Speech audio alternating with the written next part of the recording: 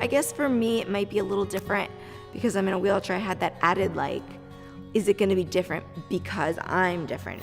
Hi, my name is Santina. I'm an actress, I'm a writer, public speaker.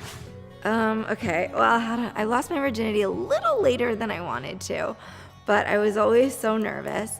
And the day that I finally did it, I had been with the guy for a few months, and he was staying with me, which turned into living with me. So we had already been sleeping in the same bed and everything. And so for first few months, we were doing a lot of like the other stuff, you know? And then this one night, we were just doing the other stuff. And I guess it got to the point where you just can't take it anymore. And I just kind of like, I was still wearing my underwear. I just like moved them to the side. It was like no time to even take them off.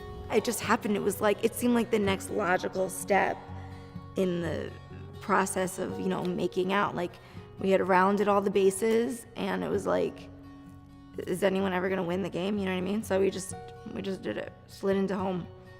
It wasn't as magical as I would have hoped based on television and movies. It was like, you know, it just in my condo in like the suburbs of New Jersey.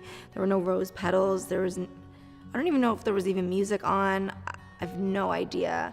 I guess for me, it might be a little different because I'm in a wheelchair. I had that added like, is it gonna be different because I'm different? Am I gonna feel it? Am I gonna be able to move the right way? Like, I didn't know if I would feel it or if it would be as, you know, what it's supposed to be. And I think that everybody feels it a different way, and including me. So it didn't hurt, but I definitely felt it in my own way. And that was really interesting for me. Don't worry like that you're different because everybody has their thing that's different. It's not like everybody's a Barbie and you're a Raggedy Ann doll, because that's what it feels like when you have one thing that's different. My first love wanted to do it after his prom, I think, and I just like was too nervous, I was too scared, and I was like, no. And now I really wish I did, because that would have been fun to have done it with my first love, and he was a really nice guy, and it would have been his first time too, you know, so it would have been like memorable for both of us. And I really highly doubt that if you asked the guy that I ended up losing my virginity to about that night, he would remember zero. And I would tell my younger self not to put it like on so much of a pedestal. And I feel bad. I feel like I'm not like saying, oh, I would tell my high school self to just like F everybody. No, just really wished I would have done it with my first love.